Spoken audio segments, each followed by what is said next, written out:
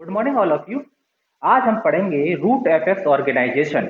Root effect organisation का मतलब है रूट जो है वो किन किन टिश्यूओं से मिलकर बना होता है। मूल का शीर्ष है या मूल के जो पार्ट्स है अंदर एंटोमी है वो किन किन टिश्यूओं से मिलकर बनी हुई है। तो रूट एफेक्ट से सबसे पहले हम जानने से पहले समझे कि रूट्स में नोड इंटर नोड जो कि स्टेम में पाए जाते हैं वो रूट्स में नहीं पाए जाते हैं। दूसरा, रूट्स में लीफ प्राइमोर्डिया होते हैं जो कि स्टेम में पाई जाती है, वो रूट्स में नहीं पाए जाते हैं। लीफ प्राइमोर्डिया और ब्रांच प्राइमोर्डिया नहीं पाए जाते। शाखा और पत्तियां जो है वो नहीं पाई जाती हैं। तीसरा, इसमें जो लेटरल रूट्स पाई जाती है, रूट्स में क्या है, लेटरल रूट्स निकलती है साइडों से, उसकी उत्पत्ति पेरिसाइकिल से होती है जो पूर्व में भी बताया गया है। और पेरिसाइकिल से उत्पत्ति होने का मतलब है कि जो लेटरल रूट्स है वो उत्पत्ति एंडोजीनस प्रकार की होती है, अंतर्जात होती है, एंडोजीनस प्रकार की होती है। तो ये कुछ चीजें हैं जो रूट में पाई जाती है और जो स्टेम में डिफरेंट है। तो रूट एपेक्स ऑर्गेनाइजेशन के लिए समझने के लिए जाने कि रूट्स के लिए अलग अलग लोगों ने अलग अलग सिद्धांत प्रस्तुत किए गए थे। जैसे कि पहला सिद्धांत था एपिकल शेल थ्योरी जो नागेली के द्वारा दी गई। दूसरा दिया गया था हिस्टोजन थ्योरी, हेस्टिंग के द्वारा प्रस्तुत किया गया था। तीसरा हेवरलैंड की थ्योरी दी गई थी, हेवरलैंड ने खुद ने दिया था, हेवरलैंड नाम साइंटिस्ट ने दिया था हेवरलैंड थ्योरी। और चौथा कार्पर कैपी थ्योरी। तो आज हम पढ़ेंगे हिस्टोजन थ्योरी, मेनली जो है हिस्टोजन थ्योरी में कि क्या क्या कौन कौन से टिश्यू है। तो हिस्टोजन थ्योरी में देखें हम, histogen theory apical cell theory Nageli द्वारा प्रस्तुत की गई जो कि ज्यादा मान्य नहीं है, वो सिर्फ ट्राइडोफाइट और ब्रायोफाइटों के लिए ही मान्य है, एंजियोस्पर्म जिम्नोस्पर्म के लिए वो मान्य नहीं है। एपिकल सेल थ्योरी में कहा गया था कि एक सिंगल कोशिका जो जिसमें एक सिंगल कोशिका से ही पूरे रूट का निर्माण होता है जो कि यहाँ संभव नहीं है, एंजियोस्पर्म वो चीजें संभव नहीं है। सिर्फ हिस्टोजन थ्योरी है वो रूट में थोड़ी बहुत मान है। तो हिस्टोजन थ्योरी दी गई थी हैस्टिन के द्वारा, हैस्टिन के द्वारा प्रस्तुत की गई थी। हैस्टिन ने बताया था कि तीन प्रकार के टिश्यू है जिनके द्वारा संपूर्ण इसका निर्माण किया जाता है। पहला डर्मेटोजन,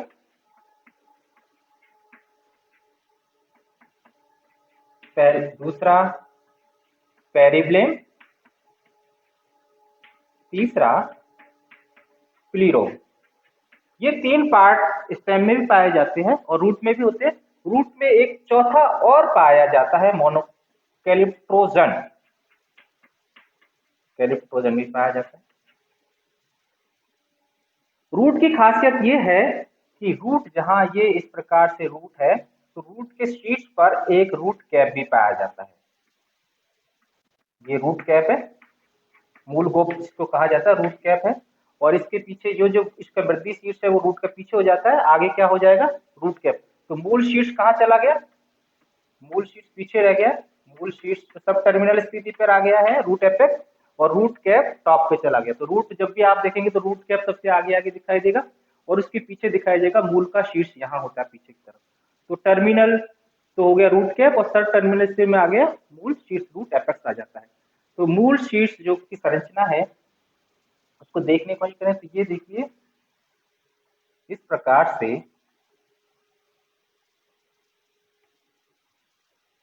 ये रूट कैप है और ये है इसका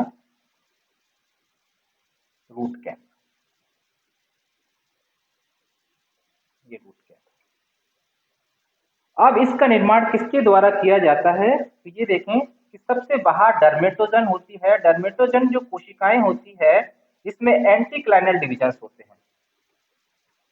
एंटीक्लाइनल अपनतिक, अपनतिक का मतलब है परिधि के समकोण पर डिवीजन होते हैं, इसके द्वारा सरफेस एरिया जो है वो बढ़ जाता है।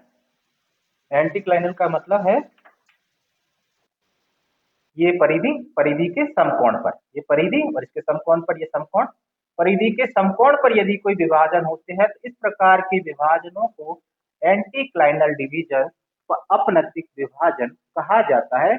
और ये जो है ये सरफेस एरिया को बढ़ाता है और मोटाई बढ़ाने के लिए पेरिक्लाइनल डिवीजन होते हैं, परिधि के समानांतर जो डिवीजन होंगे परिणतिक विभाजन को कहा जाता है। यह है पेरिक्लाइनल डिवीजन और ये है एंटी क्लाइनल डिवीजन।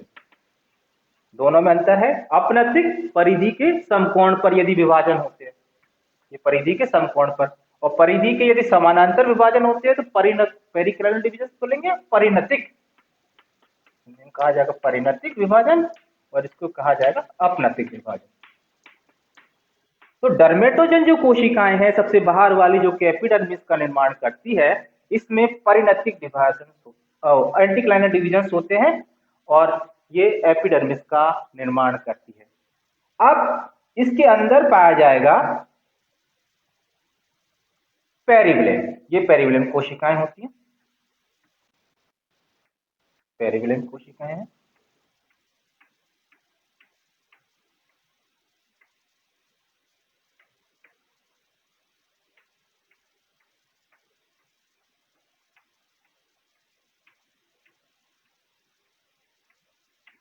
पेरिविलेम कोशिकाएं। तो सबसे बाहर डर्मेटोजन कोशिकाएं, डर्मेटोजन, जिसके द्वारा एपिडर्मिस का निर्माण किया जाता है। कौन सी टिश्यू? डर्मेटोजन, त्वचाजन, जो कि एपिडर्मिस का निर्माण करेंगे। इसके भीतर आएगा पेरिब्लेम। पेरिब्लेम के द्वारा हाइपोडर्मिस, जर्नल कॉर्टेक्स, कॉर्टेक्स का, और एंडोडर्मिस का इसके द्वारा निर्माण किया जाता है। इन तीनों को मिलाकर कहा जाता है ground tissue system. Ground tissue system का निर्माण किया जाता है। अब मध्य भाग में जो है, इसमें आएंगी प्लीरोम कोशिकाएं। प्लीरोम कोशिकाएं होंगी। रंभजन कोशिकाएं, अर्थात इसके द्वारा स्टील का निर्माण किया जाएगा। तीन प्रकार के टिश्यू हैं, डर्मेटोजन, पेरिब्लेम और प्लीरोम। ये जो है प्लीरोम, प्लीरोम के द्वारा पेरिसाइकिल का निर्माण इसके द्वारा किया जाएगा। वेस्कुलर टिश्यू, वेस्कुलर टिश्यू में आएगा जाइलम एंड फ्लोएम, साथ में मेडुलरी रेज, मज्जारश्मियां एंड पित्त। इन तीनों चारों का निर्माण जो किया जाएगा प्लीरोम के द्वारा किया जाएगा। डर्मेटोजन जो कि एपिडर्मिस का निर्माण करेंगी, पेरिब्लेम जो कि कॉर्टेक्स का, हाइपोडर्मिस का और एंडोडर्मिस का निर्माण करती है। प्लीरोम जो कि pericycle, vascular bundles, medullary rays और पित्त का निर्माण करती है। प्लीरोम, इन तीनों को कहा जाता है वेस्कुलर टिश्यू सिस्टम। तीनों से मिलकर बनता है वेस्कुलर टिश्यू सिस्टम। अब शीर्ष पर जो पाया जाता है ये है रूट कैप।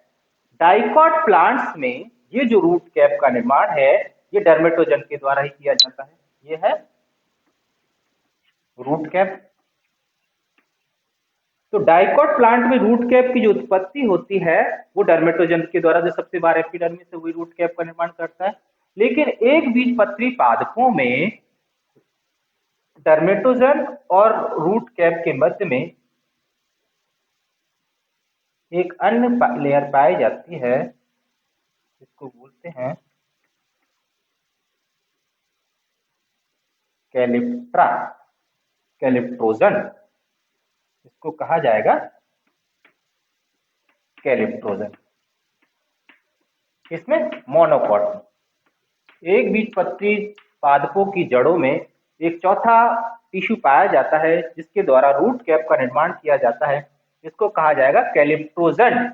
ये रूट कैप का निर्माण करता है।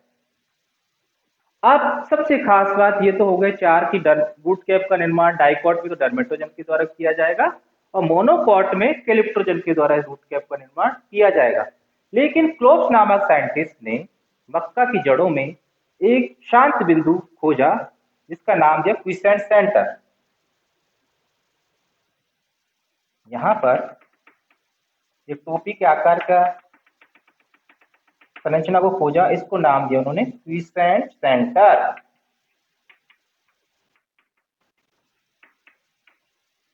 शांत बिंदु।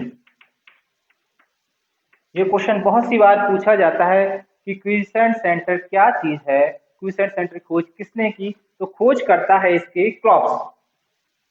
क्लॉप्स ने खोज की इसकी, और मक्का की जड़ों में, मेज रूट्स में खोज की इसकी, मक्का की जड़ों में। एक बीज पत्री पादप है मक्का, एक बीज पत्री। तो मक्का की जड़ों में क्लॉप्स नामक साइंटिस्ट ने एक विशेष बिंदु को खोजा, जिसको क्विसेंट सेंटर का नाम दिया गया। ये क्विसेंट सेंटर है।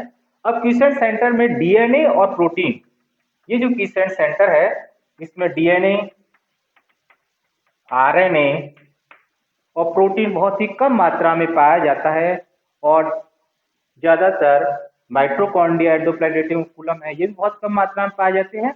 और न्यूक्लियो केंद्रक की जो न्यूक्लियर केंद्रिका है, न्यूक्लियोलस है, वो भी बहुत छोटी होती है। अब इसका रोल क्या है, क्विसेंट सेंटर का काम क्या होता है कि सारी चीजें इसमें इनएक्टिव है, ज्यादातर इनएक्टिव निष्क्रिय रहता है।